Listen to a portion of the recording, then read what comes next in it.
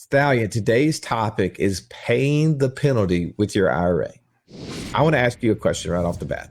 What do you think the penalty is of not having clarity of what it would be like when you're financially free?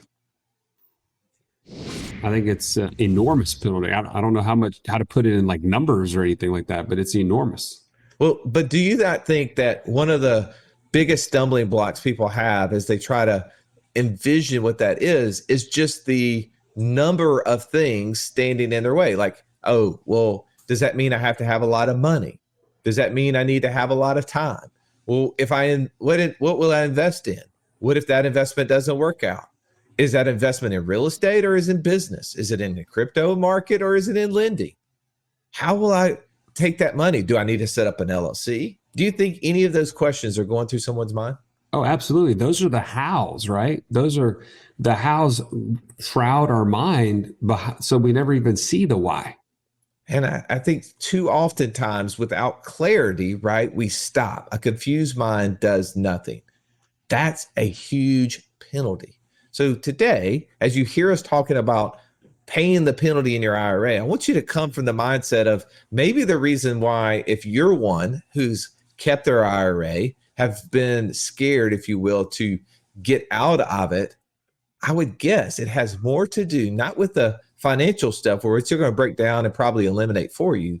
And it probably has more to do on the mindset, and it's all of those next steps. So Joey, what would you tell someone who is concerned about maybe not knowing what to do? How could they get the answers to something like that? I think the number one key aspect to what to do is being educated, right?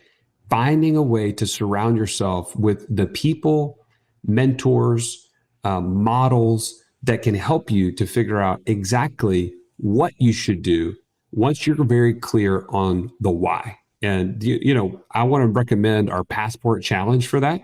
If you haven't already joined us in our community, go to wealthwithoutwallstreet.com/passport and get clear on your why. The what is in our inner circle, and you got to join us there afterwards. Well, what I would say too is, if you're one of those that just loves kind of like digging in individually and studying, do what Joey said. Go take the passport. It will give you vision. It will give you vision. It will help you have clarity. But if you're like me, you're very distractible. It's hard to go take a course and go through that process. So your nature is to unfortunately not follow through on some of these things. And it's easier for you to schedule a 15-minute call, create accountability by scheduling it right now at wealthwithoutwallstreet.com/free call. And you set up a time where you actually can ask some of these questions, go through some of the issues that you think that are troubling you and keeping you from becoming financially free. Our coaches will listen. They will write down. They will help you determine where you are and then help you set up a time frame to think about what is the right next thing for you. So I would tell you, depending on where you are, if you're an independent thinker, you want to do stuff on your own, follow the passport. If you need help and you want to make sure that you don't fall short, do the free call route. Joey, today's podcast is too good. We went a long time going through it because there's a lot to cover. So let's don't steal any more thunder from it. Let's pull our seats up to the table and belly up.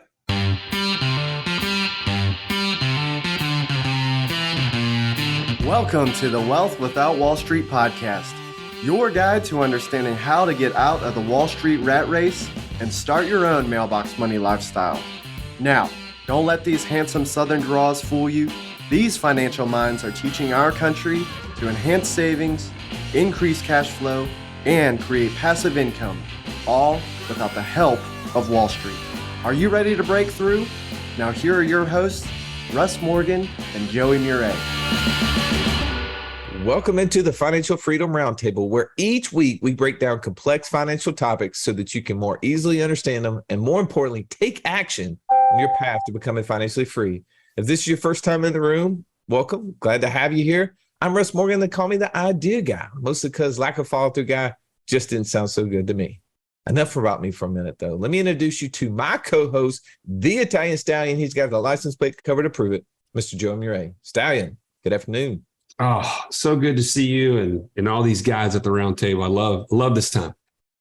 Hey, Stallion, can you tell everybody who's not watching live with us what I'm wearing today? What am I repping today? You are decked out in the ATL, right? Atlanta. Right. Are you repping the city or the baseball team? I see city there. Yeah. Well, I mean, okay. I see the Brave symbol down there. Okay. It's all for the A, man. Sure. Right. Good on you. Well, good on you. I did that for a reason, right? Today's topic is paying the penalty with my IRA. I have no idea what the connection is here, and I'm sure everybody else is with me. All I can think is Russ doesn't want to be an Auburn fan yet, not this year. You're 100% right. You know what happened today, Ernie? And here, first, let me properly bring Ernie into this. Please bring everybody in the roundtable here. I mean, the guy's a sleuth. He's like what I like to call a true financial Sherlock Holmes of our day. No problem too difficult to solve. If I would just only known him earlier, I would have been so much richer, says everybody. Mr. Downtown Atlanta, Ernie Brown. That is it for 2 more days. The Georgia Bulldogs are champions of the world. Oh, yeah. They are champions of the college football world. The Atlanta Braves are the champions of the world, right? Major League Baseball. I know they're not champions of the college football world. So if they want to be champions of the world, fine. So Ern, you said that I was delaying, the Auburn gear or prolonging my baseball gear, and it's true, right? Like, people right now are getting ready to watch college football tonight. I'm actually going to go hang out with some guys because it's college football night, first Thursday night of the football year, and I'm going to be repping my Braves because I'm throwing a penalty flag on college football until after October. It's still baseball season. It's a penalty to start football season this early, in my opinion. Literally, that's your connection to this? Yeah, I just really wanted to talk about the Atlanta Braves. It's okay. Just point that out. All Can't believe you didn't pick that up, Joey. Man, I'm so far off. All right, this has nothing to do with our topic today. So let me bring in other hosts. We've got the retiree of the group, Mr. Catch Me If You Can, when he's not killing bears with his bare hands or catching tuna. He's right here dropping gold nuggets, Mr. Mark Hargucci. Welcome, Mark. Afternoon, everybody. Oh, man, penalties. Yeah, a lot of those, since I'm a Raiders fan, we have those in spades. Raiders definitely know how to generate penalties and succumb to them. But we're going to talk about how to overcome potentially some of these penalties that might be lurking in your future. Raiders fan, huh? Is that because that was the closest team to Hawaii? That was because in 3rd grade, there was a football roster up and everybody had to pick a team. And when it got to my turn, they looked like the coolest uniform, but yet some of the most disappointing seasons ever. So, hey, my favorite football player of all time played for the Raiders. And you don't want to guess? I have no idea. Bo Jackson. Yeah. Okay. Good night. Okay, did he have a penalty on his IRA? I mean, what are we getting to this topic? For the love.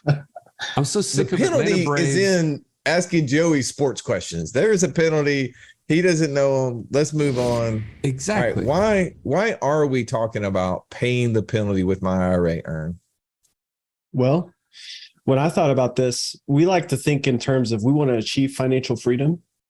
If that is the grass is greener on the other side, if that's the pasture that you're wanting to get to, the penalty on the IRA is the fence at the end of your property. And you might feel like you can't go past. Wow. That's pretty deep, man. If the pasture is financial freedom, the penalty is the IRA, the fence. Oh, I said that wrong. If financial freedom is the pasture, the penalty of the IRA is the fence. That was good. The only thing that could make what I said better is if you repeat it. So thank you. I just want those who are moving down the road right now at a fast pace to let that sink in for a second. Yeah. Cool. Mark, why are we talking about this topic today? Why is it important? Freedom, baby. It's all about freedom. I want to figure out how can I liberate my guys and gals that have been locked up in purgatory, and whatever the cost, let's get them out of there. Let's do it, because I know they can work a lot harder on this side of the proverbial fence as opposed to being locked up behind the other side. So you're trying to bust people out. That's it. It's a full-on jailbreak. Let's get them loose. Joseph, Yes. why is it important? I think I remember when I was meeting with people one-on-one, and even when I was meeting with you, once I unlocked this idea of infinite banking, and I knew that I could now start to have money in my control, in my access, the first places that I went to was to think of how could I expand my system, was in all these places that were locked up, right? 401ks, IRAs, things like this. And I think that today's topic needs to be demystified, right? Yeah. Wall Street and big banks and all these others have shown us, or at least convinced us, that these dollars are just completely to be deferred and not to be used today. And we need to demystify that to make people understand what their options are. Gotcha. Well, I mean, you and I have been doing a gratitude journal for the last 10 days, right? Trying to get our minds in the habit of being grateful for many things.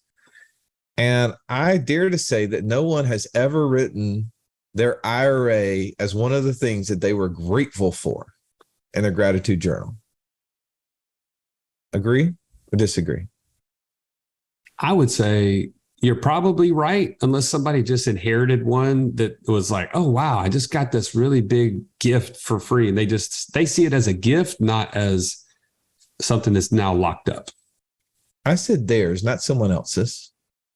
I don't believe anybody has ever written their own IRA as something they're grateful for, because all of the things that you're grateful for are going to be things that you are using and seeing at work, right? While this is something that's happening behind the scenes and you don't know if it's good or bad, right? You're not able to touch it. And I would say that would be one of those things that is not going to be making the list, right? It's not going to be like your land flipping business earning. It's not going to be like the short-term rental business that you had, Joey. It's not going to be your ATM syndication, Mark. Right? Those are things that you're seeing actively at work, creating cash flow for you. And you're going to be like, yeah, I'm grateful for that. But the thing that's sitting over here dormant, not being used, is probably the last thing that's going to come to mind. It's definitely not going to be in the top 5, which is what Joey, you and I have been putting on our gratitude journal every day. All right. What are the main things that we'll cover today? I want to break this down to 3 different points, right? One, education. Like, let's just cover the facts, Jack. 2, mindset.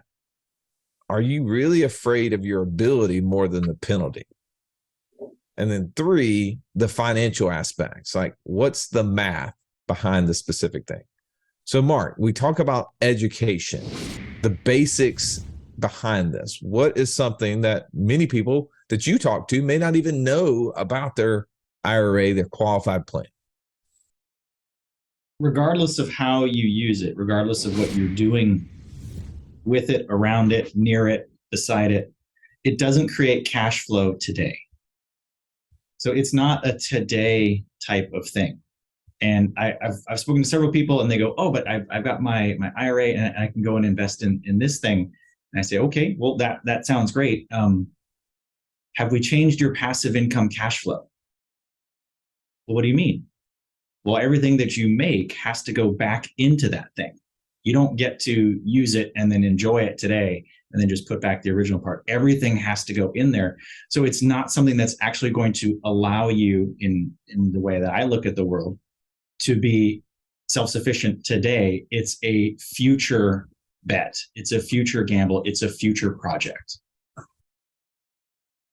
right. How about you, Aaron? We are talking about paying the penalty on an IRA. But just under the vein of qualified plans, just recently I've come in contact with people who are turning the corner, getting on the financial freedom journey, who have found our podcast and say, this is interesting. And so this little fact is for the beginners. I'm sure many people know this, but I've run into this recently talking to people who have 401ks, and they say, I want to go get money out of my 401k and I want to go begin to put it into these things. And I don't like to be the bearer of bad news. But the reality is you can't just go get money out of a 401k. You can't pay the penalty on your 401k. That money is trapped. And so people will call their administrators and see if they can get it out. And they ask them, what's your hardship? Are you buying a home? What are you doing? What do you need this money for? And they realize that it's not their money in the 401k and they can't get access to it. And that is a bubble burster of people who have been storing all this money away, are now ready to go get it, and they can't get it out.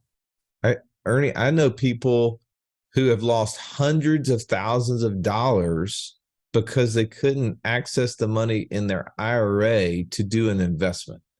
They actually had a self-directed IRA. They had what they would have thought is the ability to send the money wherever they wanted to, until when they were getting ready to do this one investment, the IRA custodian, the self-directed IRA custodian says, no, that doesn't qualify within our parameters.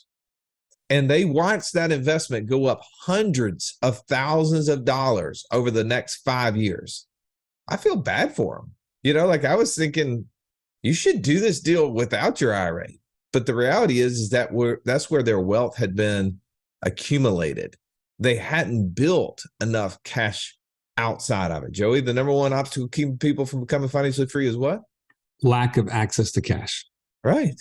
So whenever you've done that, that's a great example. But you just pointed out one of the key educational pieces about an IRA is it is in the face of financial freedom. It is not a today asset, as Mark mentioned. It is an accumulation tool. And I would even say it's actually someone else's tool for wealth. It's Wall Street's tool for wealth, because they're taking access to your cash and making all the fees off of it, whether it goes up or down, right? And it does not turn into something that I can use today. The second thing about it not being a today asset is it's a deferral of the tax calculation. First of all, deferring taxes sounds like a good thing. And you've heard us say this on the show, but if you haven't, I'm gonna lay out the picture for you. Russ and I were at a closing last week. Praise the Lord, we sold the house that we should have never bought for a short-term rental, but it turned into this crazy thing. We sold the house. The buyer is sitting at the closing table, and he's sitting there next to the attorney. Maybe you've been to a closing and you can kind of picture this. The attorney passes the loan documentation for the new mortgage that he's just about to get on the house. He goes over the time frame of the loan. It's a 30-year loan.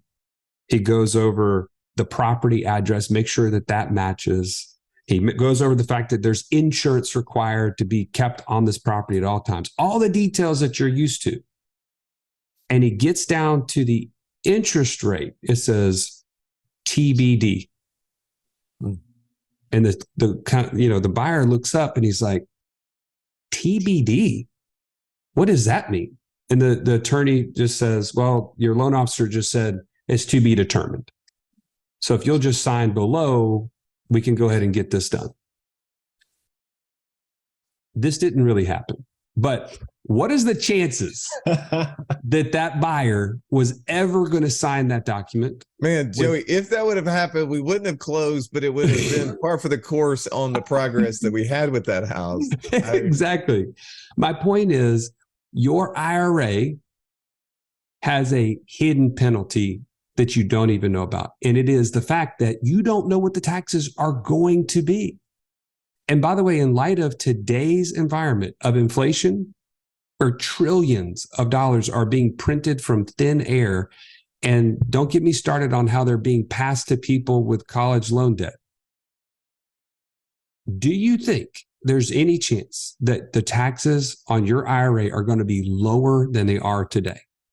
Not a chance. And the calculation of those is going to be deferred to some unknown time frame. This is a bad deal, 100%. That's the hidden penalty. Well, I would, one thing I'd add to this, because I've heard the argument on the other side of, man, well, when I get to retirement, I'm going to be making a lot less money than I'm making today. And, most likely that means my bracket will be lower.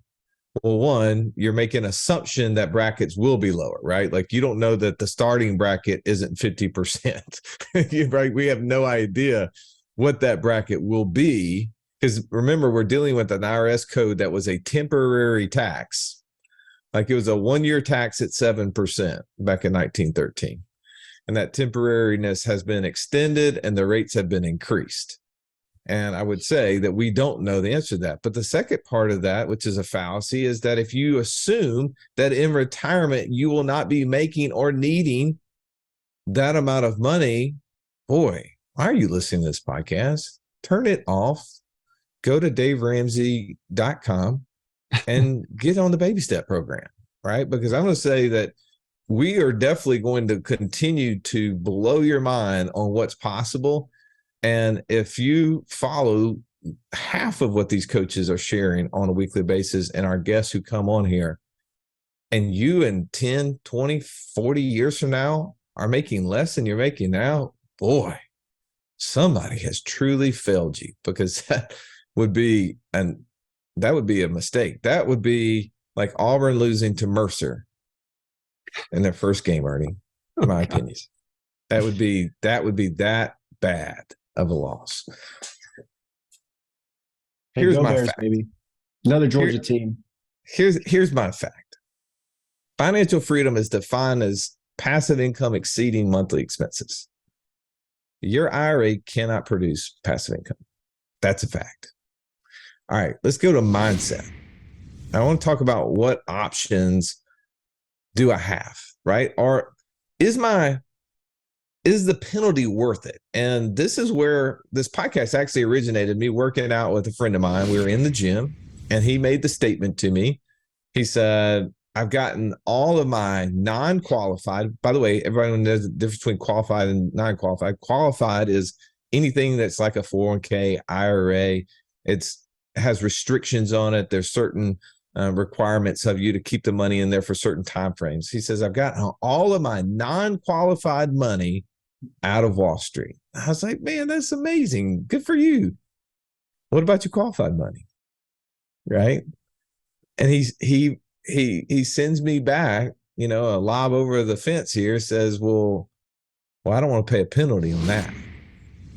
Now, Ernie, what would you say to somebody who is struggling with thinking about a penalty as it relates to exiting the Wall Street game where their IRA sits? Well, first, let's just be clear on what is the penalty that he's talking about? Because Joey brought up the penalty of future taxes, but really what your friend was thinking of is the early withdrawal penalty, which is 10% of what he pulls out, plus the current taxes due on those funds, right? So he's thinking about the 10%. Right. And you're asking, well, how do we think about this? And here's what I would say. I think there's two types of people in this world. Which type do you think this guy is? The person who's afraid of the penalty and the person who loves the penalty.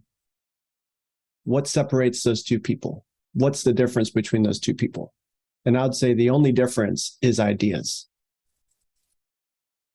So Russ, I know that there's more to this conversation that you had with him, and I think even more opportunity for him. Maybe you want to pick up on the rest of that conversation. Well, that would be my thought. I want to piggyback what Ernie's saying first, because this just came up, Russ, when we were talking with one of our clients the other day, and he said, "Man, I've tried to tell people about infinite banking that are in my friend group, and do you know they constantly struggle with like how is this not an expense to buy this life insurance policy? Like it's a premium, like it's more premium than I've ever thought of that I would ever put towards insurance. And he said, you know what I figured out is the key is they don't know what to do with the money. So to your point, Ernie, there's somebody who loves the idea of the penalty and people that hate the idea of the penalty. And the difference is ideas. If you haven't invested in yourself to know what sort of passive income streams are out there. I mean, reverse 5 years ago, Russ, 6 years ago. How many ideas did you and I have about passive income? It was very few. But if you don't take the time to learn, like being a part of our inner circle, for instance, or our passive income mastermind, you are now exposed to ideas and places where people are having massive success creating financial freedom. Do you care if there's a penalty once you learn those things? Absolutely not. So I just want to add that 2 cents. I just read this comment. It was so drawing, Joey. I wanted to share it. I realized that my time is not really mine. It's my company's. Now I have to stop negotiating my time for money, and I need to start working to become financially free. That's exactly how I felt when my daughter Adler asked me on the way to school, Dad, can you pick me up from school today? And I had to say, no, baby, I have to go to work. That's where I drew the line. In order for you to be clear on the things you need to do and stop doing, and to know who you need to become so that you can stop trading time for money, join us right now at wealthwithoutwallstreet.com/passport. Now let's get back to this episode. Well, I was having that conversation with him, Ernie, and the thing I asked is, don't you have a land flipping business? He said, yeah. I was like, just ballpark for me, what is its return? And, he's like, I don't know. Is it 100%? Is it 50%? I was like, let's just say it's 50%. What is the penalty again for taking the money out of your IRA? Going back to your point, we're focusing in on the early withdrawal penalty for those who are not 59 and a half. He said 10%. I said, so what you're saying is you're willing to pay a 50% penalty instead of a 10. And I got the wheels turning, right? Like that was the challenge, because how many times have we heard that? Is that not maybe a little bit behind the scenes of why they created that word, early withdrawal penalty? Do you think that was put in there for a reason, Mark? Absolutely. Psychological. We are being conditioned to be adverse. Well, actually, we wouldn't even have to be conditioned too far, but genetically speaking, we are designed to want to avoid tragedy. It's just human preservation. But when we go and throw the word penalty in there, well, now you've gone and put this societal pressure, this governmental pressure, this layer of law that's coming into the mix there, and I'm surprised. Well, if it's a penalty, then if borrowing money is so bad, why don't they call the interest a penalty charge? Oh, because they want you to borrow money because they know they're going to make money. Right. And really, when you break it down, if we go back to, if you've got $100,000, and in this case, they're going to charge you a 10% penalty, an early withdrawal penalty. So they're going to take 10% out. So you're going to have $90,000 left over.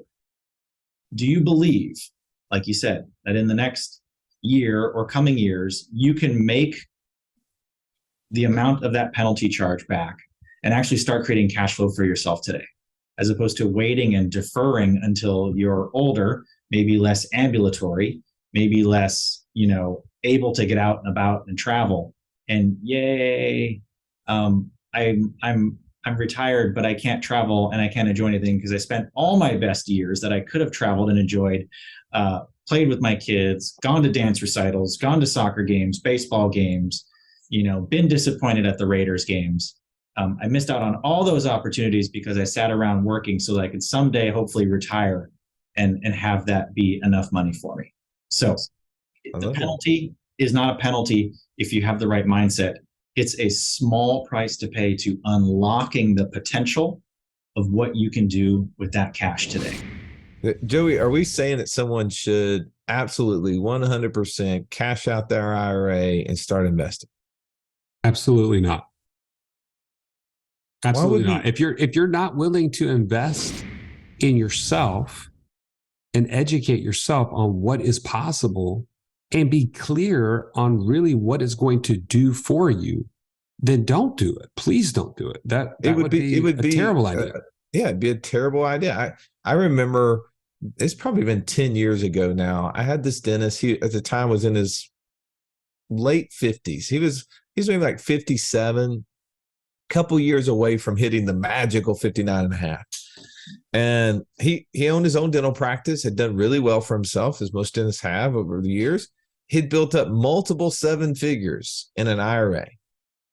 And one of his friends made the mistake of introducing him to me and the things that we're doing. He started realizing that he had taxed his family a tremendous amount of money. Now, let me explain to you what that meant. Is by having that money inside of that IRA, he had not got it in a position where he could use it for all the things that was possible and around him. And Ernie, decided to start taking out all of that money out of his IRA. And he did it over a 2 or 3 year period of time, paid all the tax, paid the 10% penalty. And you know what he's done with that since? He has helped one of his kids start a brand new business. He's actually done some investing with one of his children. He's helped another one get their first house off the ground and being able to finance it and do a bunch of the remodel, the stuff that normally they would have had to have either a bridge loan or construction loan, stuff like that, that isn't always easy, especially for young couples.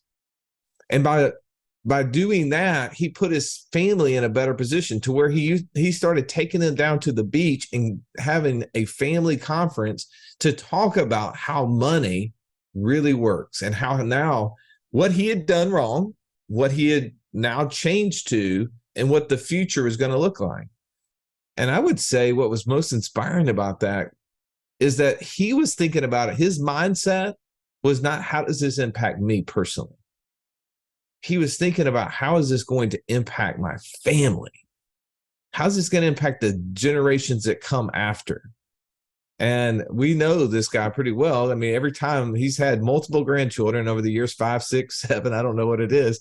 And every single time he has one, what happens, Aaron?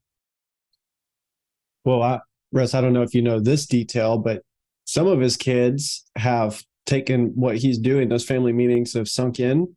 And so now his kids are doing this. But, Russ, you're right. When he has a new grandchild, if his kid's not doing it, he's calling in and he's wanting to buy an insurance policy on that grandchild. Yeah. He's taking some of that cash. He's stuffing it into another place because he knows access to cash is the freeing point. That is what's going to propel people to financial freedom. And he knows putting it in jail where he had done before was a terrible thing. But let's get to some of the financial. For those analyticals listening right now, I want to make sure we break down some of the numbers behind this, because this is where, to be honest, I needed to see this. I needed to see how this breaks out. Mark, talk a little bit, maybe an example of where this made mathematical sense on your end. Yeah. So I know this one lady, smoking hot, totally awesome. Just, salt of the earth, can't say enough good things about her. She was willing enough to say yes to me at the altar. So I figure she's a cheat. She's all right. Keep her. Yeah. Definitely got some brains on her. So my wife had an IRA, and so we talked about it. And again, we're not tax professionals. We're not licensed certified financial planners of any sort, but laying out options of what other people have done. And so I shared with her, hey, you've got this IRA. She wasn't happy with it. She saw the market was stealing from her. She recognized, I want to put this to work. So we walked through, well, there will be a 10% penalty. And she said, okay. So we had a 10% penalty on that, but we got all the cash out, and through some other strategies, we were able to hang on to as much of the resources we could and then put it to work, found some investment options for her. And she's now making 12% on that pile of cash. So yeah, they did take 10%. And you know what? That's unfortunately the fine print when you sign on the dotted line and you get into that relationship with the government using that specific vehicle. That is the fine print. Well, now that you can see it, we had to pay that exit fee, but we're going to make it back, and we're going to make it back again and again and again. And we're going to get to use those dollars today versus waiting until she's 59 and a half. How about you, Ern? I know recently you and your bride took a trip to the lake. Did that inspire an idea about this from a mathematical standpoint in you? I don't know about the math, and we really enjoyed the lake. I wasn't thinking about the math at the lake, but I did tell you this. We picked up the boat we were going to use, and my father and I were in the boat riding down the lake to the house, and we were just admiring the beautiful homes on the lake. I mean, it's unbelievable. And he was telling me, he's older. He was telling me the houses 20 years ago, 30 years ago, they don't look like the houses that they're building now.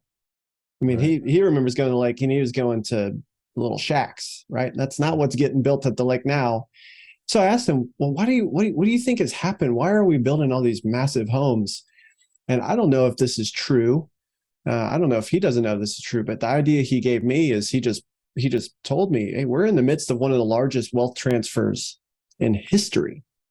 And this money's coming down, and I think these kids are going and putting into these homes and are enjoying this money that's passed down. And as we're thinking about the penalty of the IRA, it just made me think, if you're putting money into an IRA, you're locking it up for a lake house to be built in 40 years. Right? If that's true, that's what's going to happen. That money is coming down. Somebody's going to enjoy it. Right. That's the penalty. 40 years of not enjoying something like that.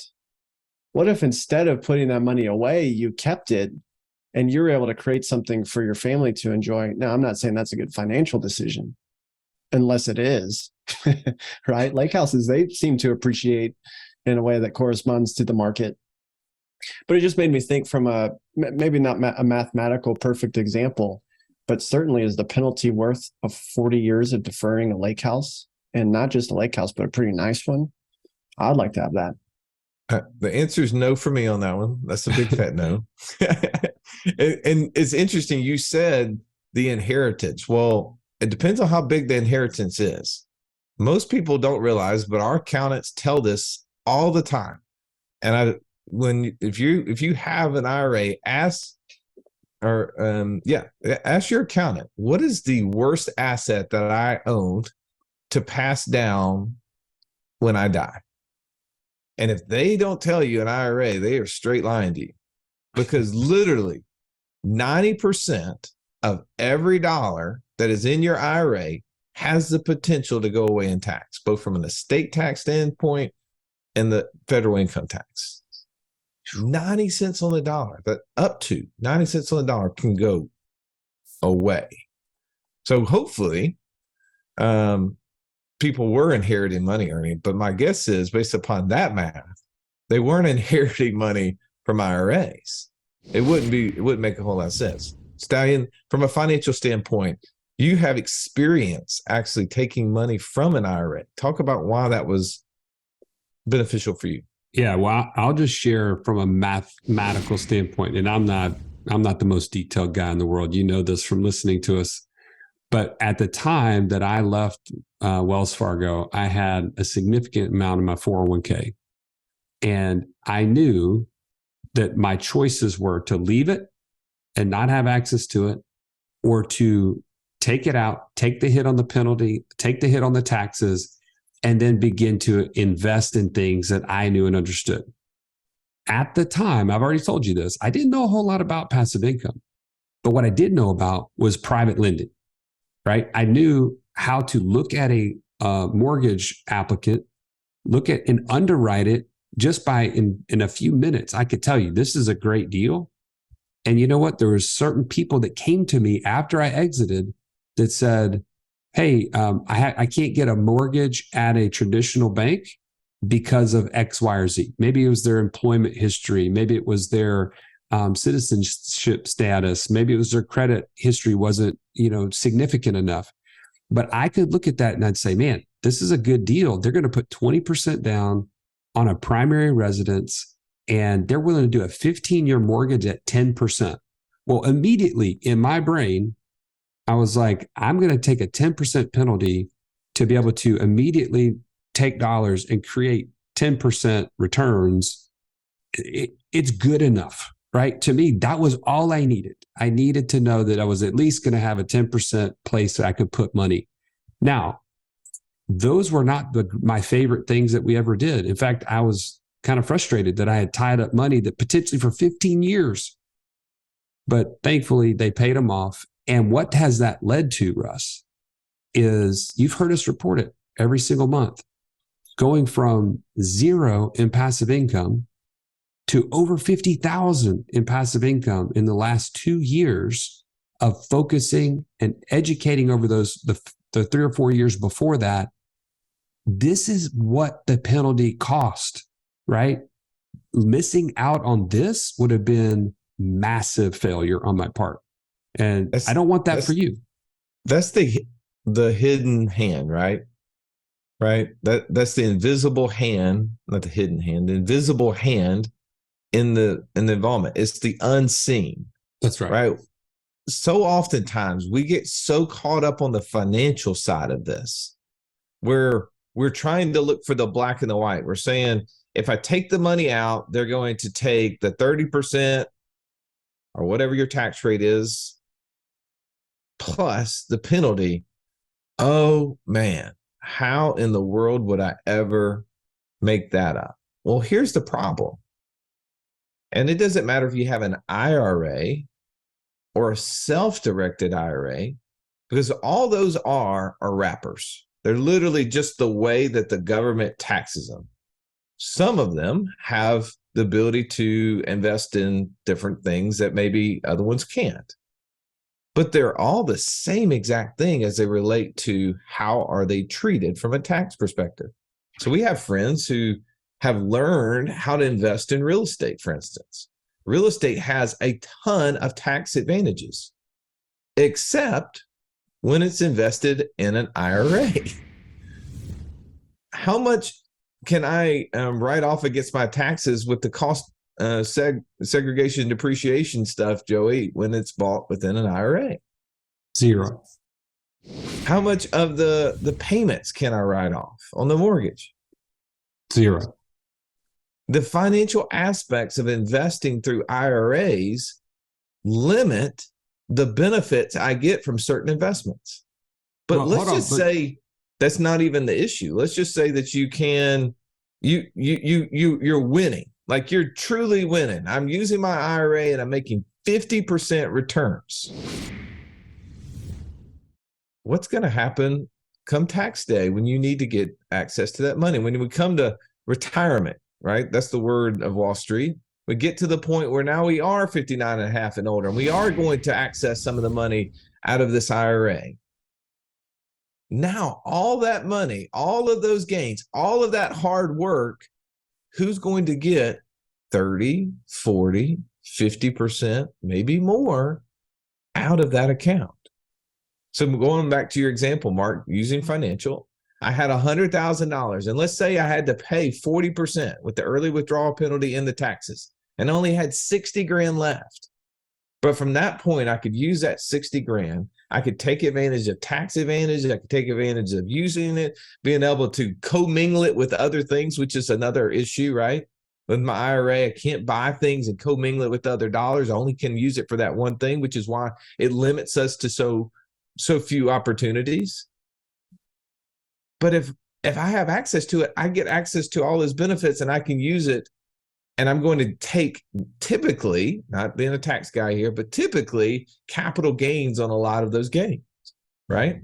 So I'm going to get money out at 15 or 20%. That's 60,000. It grows to 500,000. I'm going to start taking those dollars out and paying 20% on capital gains rates. As compared to if I took my whole 100 and I let it grow to 600, right? I didn't have the penalties or whatever. I'm going to start pulling those dollars out, and I don't have 600. That's the fallacy in this. There's the thing that most people miss in the math, is when you look at your IRA, you need to immediately reduce it by your tax rate. That's how much money you have. So when someone looks and says, I got 600, no, you got 420, right? You got 380. And every dollar you're taking out is subject to whatever the new rate is. So if the person in office, like they're doing this year, says, hey, we want to increase rates, well, you're going to pay a little bit more. So I would say that the penalty of keeping it in, not only from a mindset standpoint, but also from a financial standpoint, doesn't make a lot of sense if you're educated. Our 3 points, education, mindset, and financial, are one of the reasons why this is so beneficial for you to understand what the penalty truly is. All right, Mark, last thoughts. Free them. Release the hounds. Let them loose. Earn. Do you know you can put a necklace on an elephant and a stake in the ground and it'll stay there? What kind of steak? Like a ribeye, or what are we talking about? Filet? Yeah, something high class like that. No, just a little stake in the ground because it doesn't know that it can leave. Or you can tie a horse up to a little post and it'll stay. You don't have to really even tie it on there because it's just so secure. And what that is, it knows the drill. We talked earlier about there being 2 different types of people. One who hates the penalty, is afraid of the penalty, and the person who loves the penalty. Well, when you get an idea that you want to go get something and you gain some real clarity on what that is and what life looks like when you accomplish that, you'll start to build a little confidence as you start thinking about that. And you'll pull that stake out of the ground, you'll pull that post up, you'll run through that fence, and you'll go get what you want on the other side. So I think when you gain clarity, when you gain confidence, you'll gain conviction and you'll run right through that 10% penalty. You'd be willing to pay whatever today's tax rates are because you know that you can go create something much better. Now, that's not advice. That's just what we're seeing our community members go and accomplish. And now we get to have the privilege of having them come back on this podcast and share those stories. And Joey, I know you've personally done that. Mark, you've personally done that. I was never in a position to put money into those qualified plans so that I could be one of those stories, but I'd have it if I could. But that's the opportunity, conviction and confidence. Go get what you want. Love that. Stallion, final thoughts. I can speak from experience that your business partner is a super important choice. Gratefully, I have a great one. If you got an IRA, you got the crappiest business partner you could ever imagine. I'm just telling you right now, they are greedier than you could ever imagine, and they will suck you dry when you're super successful in the future. Get out of that business partnership before it gets any worse. And by the way, join us in the inner circle. If you haven't been here, haven't been a part, get on a free call with us, wealthwithoutwallstreet.com/free call, and get started in inner circle so you're surrounded by people who understand what we're talking about and who are well on their way to financial freedom, and they can help you along the way. Yeah. I would say, ask the question, what is it costing me not to do it? Right? We always talk about why clarity is so important for us.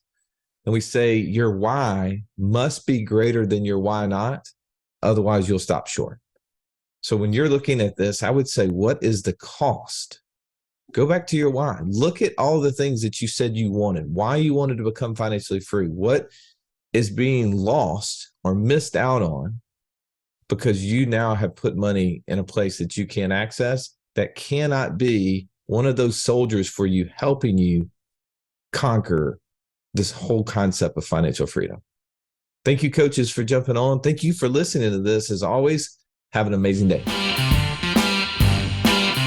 This has been the Wealth Without Wall Street podcast. Don't forget to subscribe to the show to break free of the Wall Street mindset and begin building wealth on your own terms in places you understand so that your wealth will never run dry. See you next episode.